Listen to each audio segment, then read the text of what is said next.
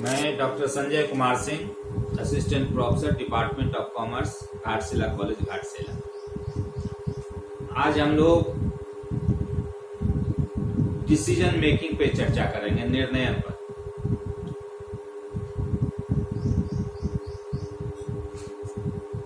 निर्णय क्या है, इसके टेक्निक्स क्या है, ग्रुप डिस्कशन क्या है, आदि सब बातों पर चर्चा होगी। आज हम लोग पहले शुरुआत करेंगे सबसे पहले कि डिसीजन मेकिंग क्या है, निर्णय क्या होता है। एक उपक्रम की सफलता बहुत सीमा तक सही प्रबंधकीय निर्णयों पर निर्भर करती है। एक उपक्रम में उच्च प्रबंधकों, मध्य प्रबंधकों तथा प्रथम श्रेणी प्रबंधकों सभी को दिन प्रतिदिन कार्यों में निर्णय लेने की आवश्यकता होती है।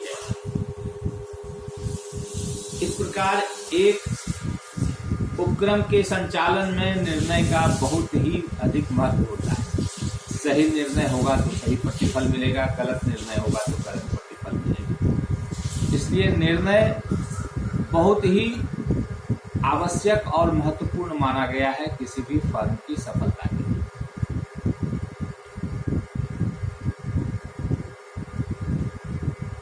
और सफलता के लिए इस सबसे अधिक महत्वपूर्ण है कि जो निर्णय लिया गया है, निर्णय तो महत्वपूर्ण है ही, लेकिन उससे भी ज्यादा महत्वपूर्ण यह है कि लिया गया निर्णय सही।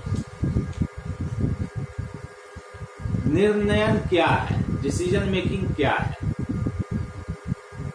यह एक ऐसा कार्य है जिसे एक प्रबंधक निष्कर्ष और फैसले पर पहुंचने के लिए करता है।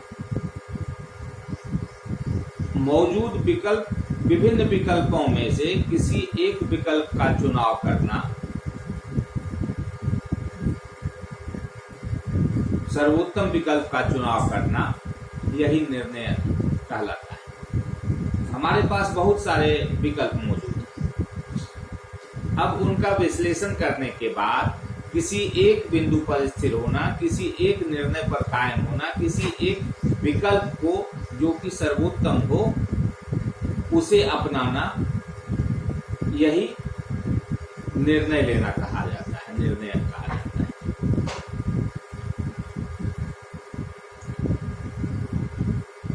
जॉर्ज आर टेरी के शब्दों में निर्णय दो या अधिक संभावित विकल्पों में से कुछ सिद्धांतों के आधार पर एक का चयन करना है। टेरी साहब भी वही बात बोल रहे हैं कि दो या दो से, विकल्प तो तभी ना होगा जब एक से अधिक हो। तो कम से कम दो विकल्प आपके पास मौजूद है, तब निर्णय लेने की समस्या उत्पन्न होती है। अगर एक ही रास्ता है तो फिर वहां पर निर्णय लेने का कोई ऑप्शन नहीं होता है। इसलिए आपके पास विकल्प के तौर पे कम से कम दो या उससे अधिक विकल्प अगर हैं, तब आप कोई निर्णय ले सकते हैं। एक विकल्प में आपके पास कोई निर्णय लेने का औचित्य नहीं है, कोई ऑप्शन नहीं है। आपको जो विकल्प है उसी को मानना पड़ेगा, उसी को अपनाना होगा। लेकिन जहाँ दो से अधिक विकल्प होते हैं वहां हम दो से अधिक विकल्प होते हैं, वहां हम निर्णय लेने की प्रक्रिया अपनाते हैं और किसी एक का चुनाव करते हैं। इसी तरह से कुंज और डोनाल्ड महोदय के अनुसार निर्णय एक कार्य को करने के विभिन्न विकल्पों में से किसी एक का वास्तविक चयन है। यह नियोजन का अंतःकरण है। कुंज महोदय भी वही बात बोल रहे हैं कि एक कार्य को करने के विभिन्न विकल्पों में से किसी एक का वास्तविक चयन है। जितने विकल्प हमारे पास मौजूद हैं, उनमें से किसी एक का चयन करना ही निर्णय लेना कहा जाता है, डिसीजन मेकिंग कहा जाता है।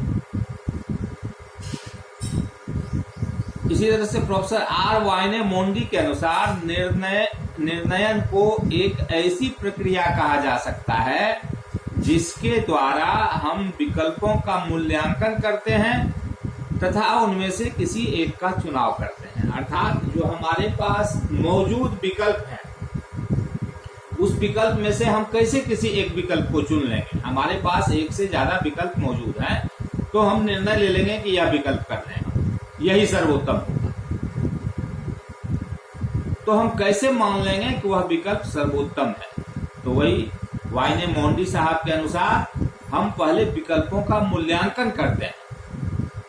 जितने विकल्प हमारे पास मौजूद हैं उसके लाभ हानि को देखते हैं, उसको हम तोलने का प्रयास करते हैं, मूल्यांकन करते हैं उसका, और इसके बाद जिस विकल्प में हमें सबसे अधिक लाभ और सबसे कम हानि दिखाई देती है या हानि नहीं दिखाई देती है, वैसे विकल्प का चुनाव हम करते हैं। और यह चुनाव करना ही विभिन्न विकल्पों में से सर्वोत्तम विकल्पों को मूल्यांकित करने के बाद सर्वोत्तम विकल्प का चुनाव करना ही निर्णय कहलाता है, डिसीजन मेकिंग कहलाता है। डिसीजन मेकिंग क्या है यह जान लेने के बाद उसकी निम्न विशेषताएं सामने आती है। पहला, कैरेक्टरिस्टिक्स ऑफ डिसीजन मेकिंग जो है, ये परिभाषा जान लेने के बाद, यह अर्थ को जान लेने के बाद हम उसकी निम्न विशेषताओं की ओर ध्यान आकृष्ट होता है कि उनकी विशेषताएं क्या क्या है, कैरेक्टरिस्टिक्स क्या क्या है डिसीजन मेकिंग की। तो पहली विशेषता, निर्णयन प्रबंध का प्रमुख कार्य है। बगैर निर्णय के कोई कार्य ही नहीं होगा। जब तक कोई निर्णय नहीं होगा, डिसीजन नहीं होगा कि क्या करना है, कैसे करना है, कहाँ करना है, कितना करना है, तो इन सारी बातों का एक निर्णय होना चाहिए। और जब आप छात्र हैं, पढ़ाई करनी है आपको, लेकिन अगर आप यह निर्णय नहीं कर पाएंगे कि हम कौन सा विषय पढ़ें, कौन सा चैप्टर पढ़ें, तो आपको पहले किसी एक निर्णय पर आना होगा कि हमको आज यह विषय पढ़ना है और इस विषय में फला चैप्टर पढ़ना है और उस चैप्टर में भी हमको फला टॉपिक पढ़ना है। तो जब तक निर्णय नहीं होता है तब तक जो है कोई काम नहीं होगा। इसलिए निर्णय जो है प्रबंध का एक प्रमुख कार्य है। ड्रकर ने कहा है कि प्रबंधक जो भी करता है वह निर्णय द्वारा ही करता है, यानी निर्णय होगा तब तो हमको पता होगा कि क्या करना है। इसलिए प्रबंध का सर्वप्रथम प्रमुख कार्य निर्णय लेना। दूसरा, निर्णयन एक प्रक्रिया है, एक प्रोसेस है। निर्णयन के अंतर्गत प्रबंधक को सर्वप्रथम समस्या का निदान करना होता है, तब वह समाधान के लिए विकल्पों की खोज करता है और फिर उसमें से बुद्धिमत्तापूर्ण ढंग से किसी एक का चुनाव कर समस्या का निराकरण करता है, समस्या का हल करता है। अर्थात सबसे पहले वह क्या करता है कि समस्या का डायग्नोसिस करता है, समस्या का विश्लेषण करता है, उसकी पहचान करता है, और जब पहचान हो जाती है समस्या का, तब उसके समाधान का विकल्प खोज करता है। पहले जब तक डॉक्टर को यह पता नहीं चलेगा कि बीमारी क्या है तो वह क्या दवाई लिखेगा, ठीक उसी तरह से प्रबंधक को पहले क्या करना है कि समस्या को खोजना है कि समस्या क्या है, डायग्नोज करना है कि what are the problems, what is the problem. जब हम समस्या को जान जाते हैं कि ये समस्या है, जैसे एक डॉक्टर जान जाता है कि हाँ ये बीमारी है, तो फिर उसकी बहुत सारी दवाइयाँ मौजूद हैं। उन दवाइयों में उस बीमारी के लिए जो सर्वोत्तम दवाई होती है, जो सटीक दवाई होती है, उस दवाई को डॉक्टर प्रिस्क्राइब करते हैं, जिससे कि वह बीमारी से वह व्यक्ति निदान पाता है, छूट पाता है, छुटकारा होती है। उसी तरह से प्रबंधक को पहले समस्या खोजना पड़ता है कि यह काम क्यों नहीं हो रहा है, इसके पीछे क्या समस्या है, और समस्या का जब या यह काम कैसे होगा, इसकी जो समस्याएं हैं वो क्या हैं, वो जो काम हम करेंगे इसमें क्या क्या समस्याएं आ सकती हैं, तो पहले उन समस्याओं की खोज की जाती है, और जब वो समस्या सामने आ जाती है तो फिर उसका समाधान ढूंढा जाता है। और इन समाधान ढूंढने के लिए उनके पास विभिन्न विकल्प होते हैं, और उन विकल्पों को उसमें से फिर जो है सो वह बुद्धिमत्तापूर्ण ढंग से उसका विश्लेषण करते हैं, उसका मूल्यांकन करते हैं कि कौन सा विकल्प सही होगा, और फिर उसमें से किसी एक विकल्प का चुनाव विश्लेषण करने के बाद, मूल्यांकन करने के बाद जो सर्वोत्तम विकल्प समझ में आता है उस विकल्प का वह चुनाव करते हैं। तो यह विशेषता है निर्णयन की, डिसीजन मेकिंग की। तीसरा, निर्णयन प्रबंध के सभी कार्यों में लागू होता है। सिर्फ प्रबंध ही नहीं, निर्णय जीवन के हर क्षेत्र में लागू होता है। बगैर निर्णय के हम कोई भी कदम नहीं उठा सकते हैं। कोई भी कार्य हम करते हैं तो उसमें निर्णय छिपा हुआ है। तो उसी तरह से प्रबंध में भी, प्रबंध निर्णयन के सभी कार्य प्रबंध में लागू होते हैं। निर्णयन प्रबंध के सभी कार्यों में लागू होते हैं। कुछ लोग निर्णयन को मात्र नियोजन का ही अंग मानते हैं, जो यह प्लानिंग का एक पार्ट है, डिसीजन मेकिंग प्लानिंग का पार्ट है, लेकिन ऐसा नहीं है। वास्तव में यह ऐसा नहीं है। निर्णयन कार्य नियोजन के अतिरिक्त, प्लानिंग के अतिरिक्त, डिसीजन मेकिंग जो है प्लानिंग के अतिरिक्त संगठन संरचना में भी निर्णयन की जरूरत होती है। क्या हमारा ऑर्गेनाइजेशनल स्ट्रक्चर होगा, इसमें भी निर्णय लेने की आवश्यकता होती है। मोटिवेशन कैसे किया जाए, मोटिवेट कैसे किया जाए, इसमें भी निर्णय लेने की आवश्यकता होती है, क्योंकि बहुत सारे विकल्प मौजूद हैं। उन विकल्पों में से हमको सर्वश्रेष्ठ को चुनना है, श्रेष्ठ को चुनना है। निर्देशन कैसे किया जाए, समन्वय या नियंत्रण, सभी में समान रूप से निर्णय की आवश्यकता होती है और यह समान रूप से सभी में उपयोगी है। चौथी विशेषता है, निर्णयन प्रबंध के सभी स्तरों पर किया जाता है। यह केवल जो है डिसीजन मेकिंग जो है, यह केवल टॉप लेवल मैनेजमेंट पे ही नहीं होता है। सिर्फ टॉप लेवल मैनेजमेंट का ही काम निर्णय लेना नहीं है। यह अपने अपने ढंग का, अपने अपने स्तर का डिसीजन हर स्तर पर लिया जाता है। टॉप मैनेजमेंट कुछ अलग ढंग का निर्णय लेता है, पॉलिसी डिसाइड करता है, उसके लिए निर्णय लेता है कि हमको कौन सी पॉलिसी अडॉप्ट करना है, कैसे चलना है, क्या करना है। तो वह एक रूपरेखा तैयार करता है।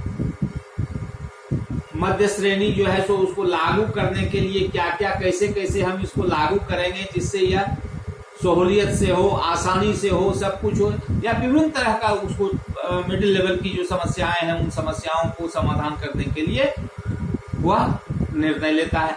ठीक इसी तरह से फर्स्ट लाइन मैनेजमेंट जो है, प्रथम पंक्ति का जो मैनेजमेंट है हमारा, लोअर लेवल मैनेजमेंट जिसको हम बोलते हैं, वह भी काम करवाने के विभिन्न तरीकों के लिए अपना अपना अलग तरीके से निर्णय लेता है और लेना पड़ता है। इस तरह से हम देखते हैं कि निर्णयन सिर्फ टॉप मैनेजमेंट का काम नहीं है, डिसीजन मेकिंग सिर्फ टॉप मैनेजमेंट के लिए नहीं है, यह प्रबंध के हर एक स्तर पर, मिडिल लेवल पर भी, लोअर लेवल पर भी, हर जगह उतना ही महत्वपूर्ण है। और पांचवा है, निर्णयन के ढंग भिन्न भिन्न हो सकते हैं। प्रत्येक प्रबंधक निर्णयन का अपना अलग ढंग अपना सकता है। कुछ प्रबंधक स्वविवेक से शीघ्र निर्णय लेना चाहते हैं, तो कुछ अन्य वैज्ञानिक पद्धति से निर्णय लेना पसंद करते हैं। परंतु प्रत्येक प्रबंधक निर्णय बुद्धिमत्तापूर्ण तरीके से लेना चाहता है। किसी तरह से कोई निर्णय ले ले ऐसा कोई नहीं चाहता है, और उसमें सफलता के दर्शन करना चाहता है। और जो भी निर्णय लेता है उसमें वह चाहता है कि वह सफल हो, सफलता के दर्शन करना चाहता है। कुछ प्रबंधक जो है अपने विवेक से निर्णय ले लेता है, कुछ जो उसके पास सिद्धांत रखे हुए हैं मैनेजमेंट के, उसके आधार पर वह निर्णय लेता है। लेकिन उद्देश्य सबका यही होता है कि जो भी निर्णय ले इसका रिजल्ट जो है वह फेवरेबल हो, वह सफल हो। तो इस प्रकार ये विशेषताएं हमको डिसीजन मेकिंग की उन परिभाषाओं के विश्लेषण करने के बाद उजागर होती है। अब है कि निर्णय का महत्व क्या है, importance of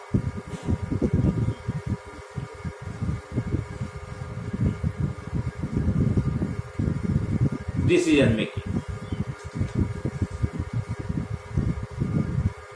Melvin T Copeland ने कहा है कि प्रत्येक व्यवसाय में, चाहे वह छोटा हो या बड़ा, व्यवसाय की परिस्थितियों या दशाओं में निरंतर परिवर्तन होते रहते हैं।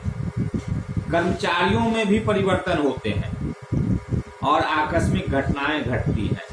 व्यवसाय के पहिए को चलाने और उसे चालू रखने के लिए निर्णय लेने होते हैं। वास्तव में निर्णयन कार्य प्रबंध क्रिया से बंधा हुआ है और सभी प्रबंधकीय कार्यों और उपक्रमों के प्रत्येक क्षेत्र में निर्णय का अपना महत्व होता है। प्रत्येक स्थान पर निर्णय और प्रबंध साथ साथ चलते हैं। बिना निर्णय के, बगैर डिसीजन मेकिंग के प्रबंध की कल्पना नहीं की जा सकती है। निरुद्देश्य बिना उद्देश्य के कुछ नहीं हो सकता है, और उद्देश्य कौन स्थापित करता है? तो निर्णय, डिसीजन मेकिंग यह उद्देश्य निर्धारित करता है, स्थापित करता है। इसलिए बगैर डिसीजन मेकिंग के प्रबंध की कल्पना नहीं की जा सकती है। जहां प्रबंध रहेगा वहां डिसीजन मेकिंग रहेगा, जहां डिसीजन मेकिंग नहीं है वहां कोई प्रबंध नहीं रहेगा। प्रबंध जो भी करता है निर्णय के द्वारा ही करता है, बगैर निर्णय के प्रबंध कुछ नहीं कर सकता।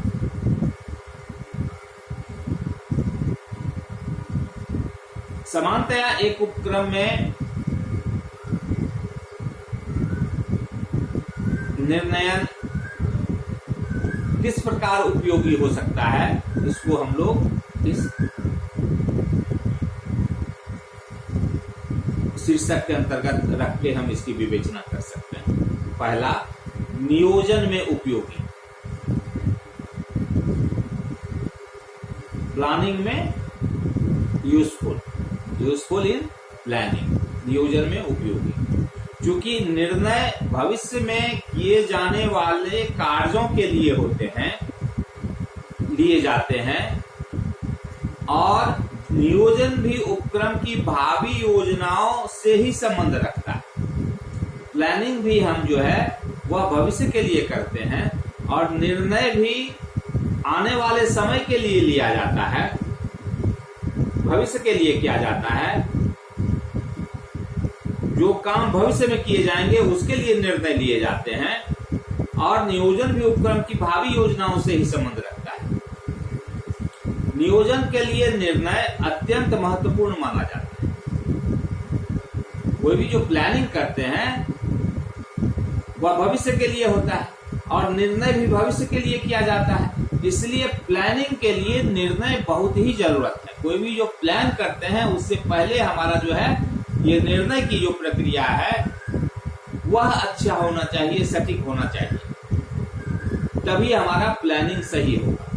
निर्णय सही होगा तो प्लानिंग सही होगा। प्लानिंग से पहले हम निर्णय लेंगे ना कि हम यह काम करेंगे, तो वह प्लान बनेगा। तो इसलिए निर्णय प्लानिंग के लिए बहुत ही उपयोगी होता है। यदि सही रूप में देखा जाए तो नियोजन के अंतर्गत उद्देश्य, नीतियों और कार्यक्रमों का निर्धारण भी प्रबंधकीय निर्णय। जब तक हम उद्देश्य निर्धारित नहीं होगा, नीति नहीं बनेगी, कार्यक्रम नहीं बनेगा, तो फिर नियोजन कैसे होगा? तो यह प्रबंधकीय निर्णय जो है, और नियोजन में हम यही सब काम करते हैं, उद्देश्य निर्धारित करते हैं, नीति बनाते हैं और कार्यक्रम बनाते हैं। तो यह जो है सो प्रबंधकीय निर्णय पर ही ये सब चीज आधारित है। इसलिए नियोजन में नियोजन के लिए निर्णय काफी उपयोगी होता है, काफी महत्व होता है इसका। दूसरा है अन्य प्रबंधकीय कार्यों में उपयोगी। नियोजन के अतिरिक्त संगठन संरचना, अभिप्रेरण, संदेशवाहन, निर्देशन, वह नियंत्रण जैसी प्रबंधकीय कार्यों में भी बार बार निर्णय लेने की आवश्यकता होती है।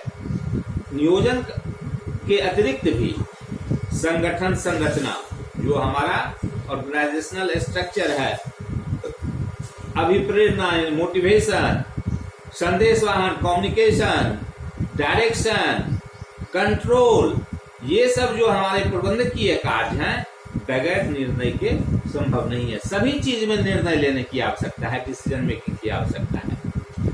कोई भी कार्य बगैर निर्णय के संभव नहीं है।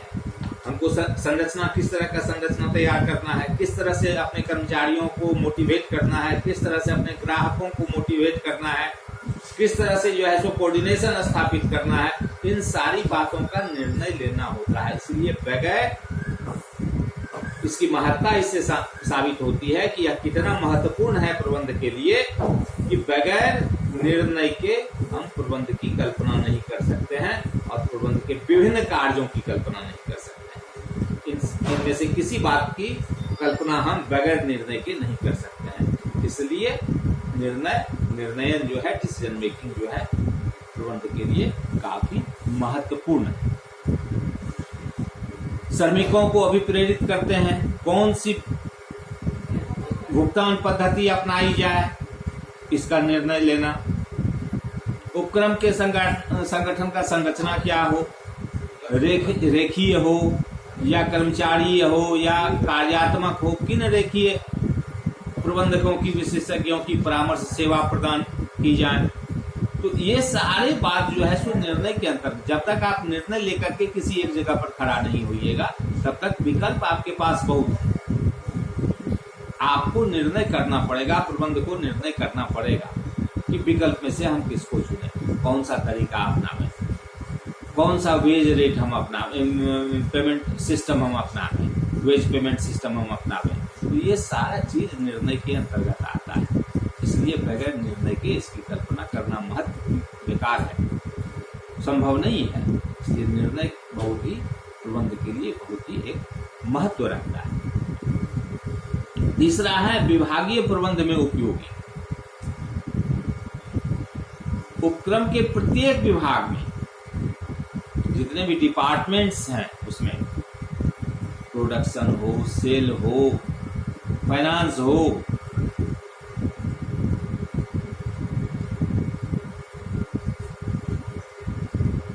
मटेरियल हो, जो भी डिपार्टमेंट है, प्रत्येक डिपार्टमेंट में निर्णय लेने की आवश्यकता होती है। जैसे कि कर्मचारियों की उत्पादकता में कैसे वृद्धि की जाए, जो कर्मचारी काम कर रहे हैं, जो प्रोडक्शन हो रहा है, उसकी उत्पादकता में कैसे वृद्धि हम कर सकते हैं, इसके लिए सोचना और फिर विकल्प को तलाशना और उन विकल्पों में से एक का चुनाव करना, जिससे हमारे कर्मचारी भी दुखी ना हो और हमारा उत्पादन भी बढ़े। तो ये विकल्प को पहले हम तलाशेंगे।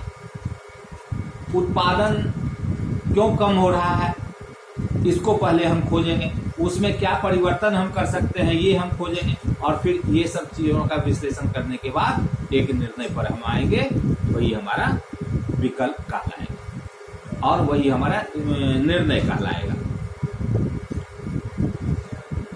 चौथा, प्रबंधकीय क्षमता में वृद्धि।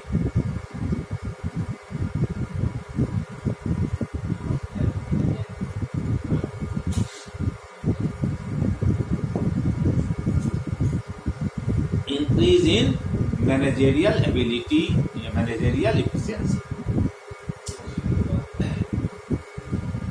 निर्णय एक उपक्रम की प्रबंधकीय क्षमता में वृद्धि करने में सहायक होते हैं।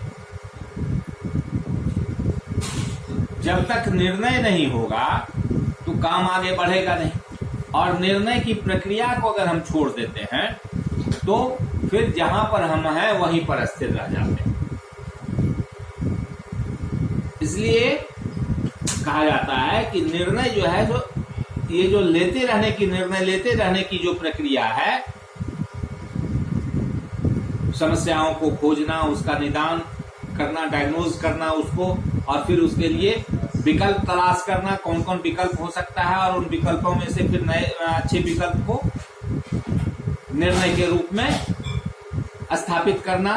तो ये जो चीज है, ये बातें हमारे प्रबंधकीय क्षमता में वृद्धि करती।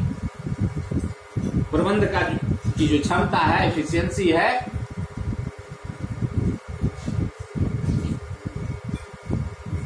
उस एफिशिएंसी में यह वृद्धि करती।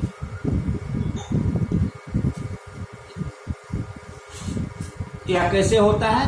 इसके दो कारण हैं। प्रथम, जब प्रबंध को अनिश्चित वातावरण में निर्णय लेना होता है तो आगे आने वाली कठिनाइयों को सोचना पड़ता है।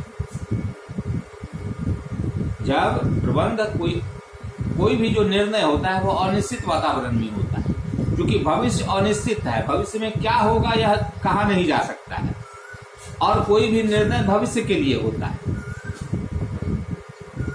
तो अनिश्चित वातावरण में ही निर्णय लेना पड़ता है। आपके पास कोई निश्चित नहीं है कि आप ये निर्णय लेंगे तो उसका प्रतिफल यह होगा ही।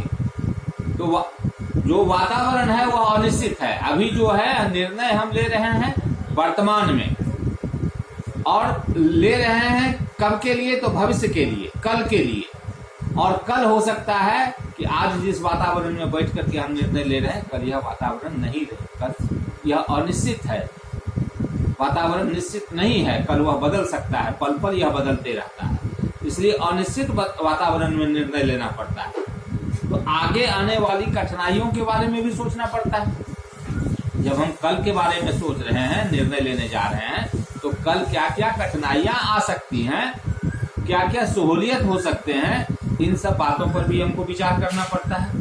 इससे प्रबंधकों में दूरदर्शिता उत्पन्न होती है, प्रबंध की दूरदृष्टि बढ़ती है, वह आगे की बातें सोच सकता है।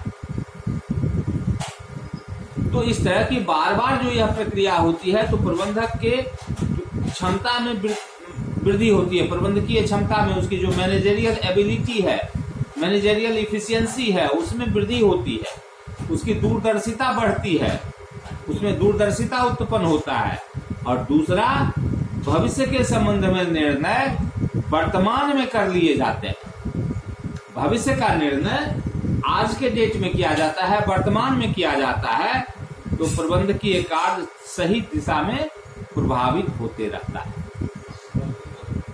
ऐसा नहीं कि समस्या आएगी तब हम उसका कोई निर्णय करेंगे, भविष्य के लिए भी हम सोच करके पहले से ही निर्णय करके रहते हैं। इसलिए प्रबंध की कार्य जो है, प्रबंधकीय कार्य जो है, वह सही दिशा में प्रभावित होते रहता है, क्योंकि भविष्य का निर्णय हम वर्तमान में कर रहे हैं, और विभिन्न समस्याओं, कठिनाइयों आने वाली जो है, उन सब बातों पे विचार करने के बाद हम कर रहे हैं।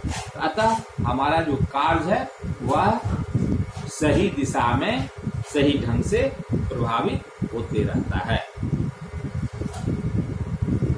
इस प्रकार हम कह सकते हैं कि एक उपक्रम में उच्च प्रबंधकों, मध्य प्रबंधकों तथा प्रथम श्रेणी प्रबंधकों सभी को दिन प्रतिदिन के कार्यों में निर्णय लेने की आवश्यकता होती है।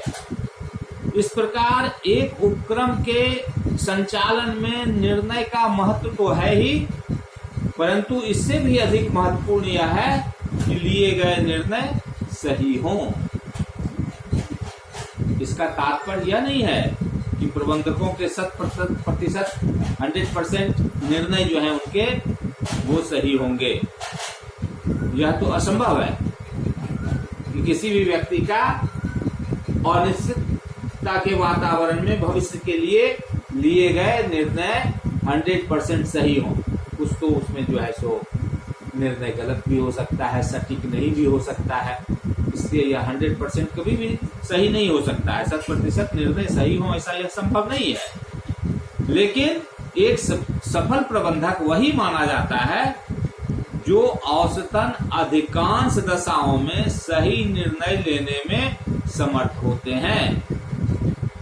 यह बार बार के अभ्यास से प्रबंधकों में यह गुण विकसित हो जाता है और औसतन अधिकांश दशाओं में सही निर्णय लेने में वह समर्थ हो जाता है। निर्णयों के परिणाम के आधार पर ही प्रबंधकों का भी मूल्यांकन किया जाता है, तो किस प्रबंधक का निर्णय कितना सही होता है, कितना सटीक होता है। तो ये जो निर्णय लेने की बार बार की प्रक्रिया जो है सो प्रबंधकीय क्षमता में जो वृद्धि होती है, उससे प्रबंधकों का व्यक्तित्व का विकास होता है और उनका जो है अधिकांश दशाओं में सही निर्णय लेने में वो समर्थ हो पाते हैं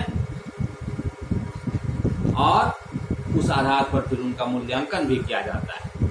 ये निर्णय के इम्पोर्टेंस होते हैं। अब एक छोटा सा चीज है कि निर्णय के सिद्धांत क्या है।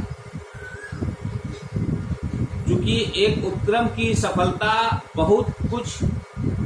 बहुत हद तक सही प्रबंधकीय निर्णयों पर निर्भर करती है। क्योंकि सामान्यतया प्रबंधकीय निर्णय जोखिम एवं अनिश्चिततापूर्ण दशाओं में लिए जाते हैं। इन निर्णयों को सही एवं प्रभावी बनाने के लिए कुछ सिद्धांतों का पालन करना अनिवार्य हो जाता है। ये सिद्धांत क्या है? पहला, उपयुक्त परिभाषा का सिद्धांत।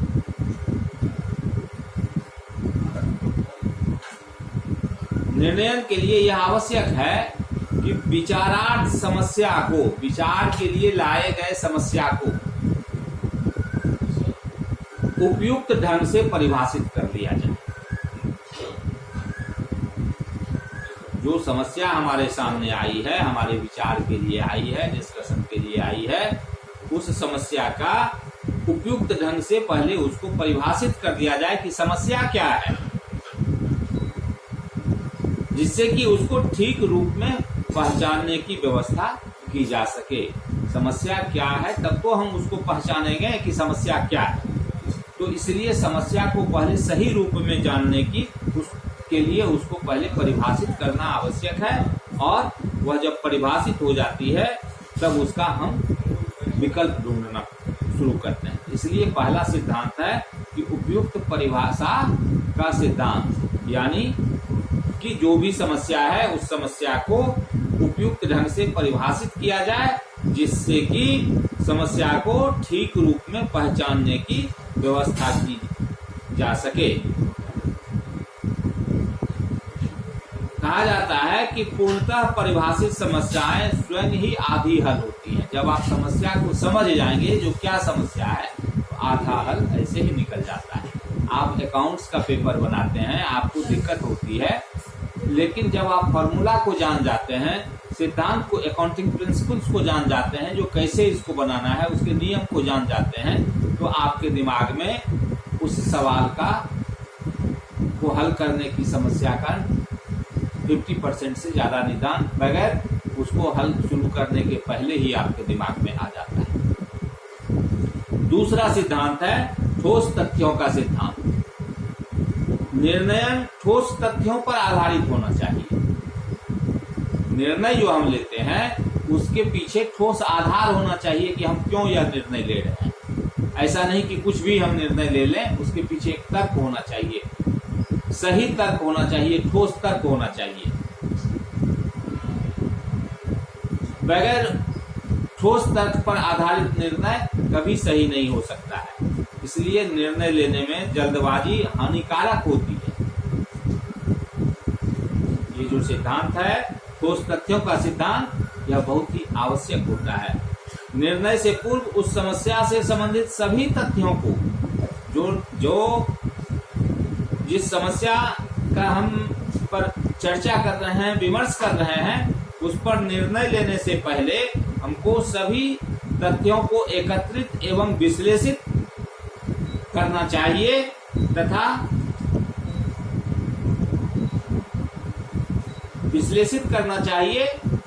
और तभी सही निर्णय पर पहुंचा जा सकता है। जब तक हम उस समस्या से संबंधित तथ्यों को एकत्रित नहीं करेंगे, उसका विश्लेषण नहीं करेंगे, तब तक जो है हम सही निर्णय पर नहीं पहुंच सकते हैं।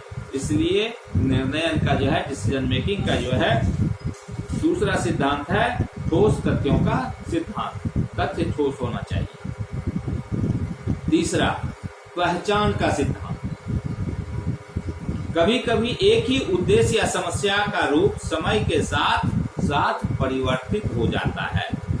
समस्या एक ही है, कभी मतलब उद्देश्य एक ही है या समस्या एक ही है, लेकिन उसका रूप जो है समय के साथ साथ अलग हो जाता है, परिवर्तित हो जाता है। और अलग अलग प्रबंधक एक ही समस्या को भिन्न तरीके से देखते हैं। और प्रबंधक जो है वह जो समस्या है, एक समस्या है, उसको अलग अलग तरीके से देखते हैं। इसलिए यह आवश्यक है कि निर्णयन से पूर्व समय चक्र में परिवर्तन तथा अन्य प्रबंधकों के दृष्टिकोण पर भी विचार किया जाए।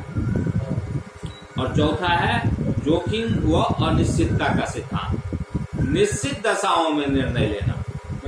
जोखिम और अनिश्चितता तो है ही निर्णय लेने में, क्योंकि यह भविष्य के लिए होता है, आने वाले समय के लिए होता है।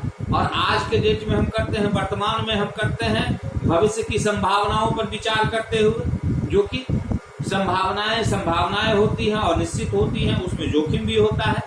तो निश्चित दशाओं में निर्णय लेना अपेक्षाकृत तो आसान होता है। जब कंडीशंस निश्चित हो, सर्टेन हो, तब तो हम कुछ भी कर सकते हैं। लेकिन जब अनिश्चित और जोखिम की बात होती है तो उसमें जो है सो अनिश्चित दशाओं में निर्णय लेना भविष्य की अनभिज्ञता के कारण कठिन होता है, क्योंकि भविष्य को हम नहीं जानते हैं, अनभिज्ञ होते हैं। इसलिए भविष्य के बारे में निर्णय लेना थोड़ा कठिन होता है। इसलिए प्रबंध शास्त्री अनिश्चित दशाओं में निर्णय लेने में सांख्यिकी विधि, स्टैटिक्स मेथड्स, संभावनाओं के सिद्धांत का प्रयोग करना अधिक उपयुक्त मानते हैं। इसलिए कहा गया है कि जोखिम व अनिश्चितता का सिद्धांत जो है संभावना, स्टैटिक्स के संभावनाओं के सिद्धांत को प्रयोग करके इसका निदान करना चाहिए और निर्णय लेना चाहिए। अब अगले चर्चा में हम लोग कमेटी एंड ग्रुप डिस्कशन पर चर्चा करेंगे। आज के लिए धन्यवाद।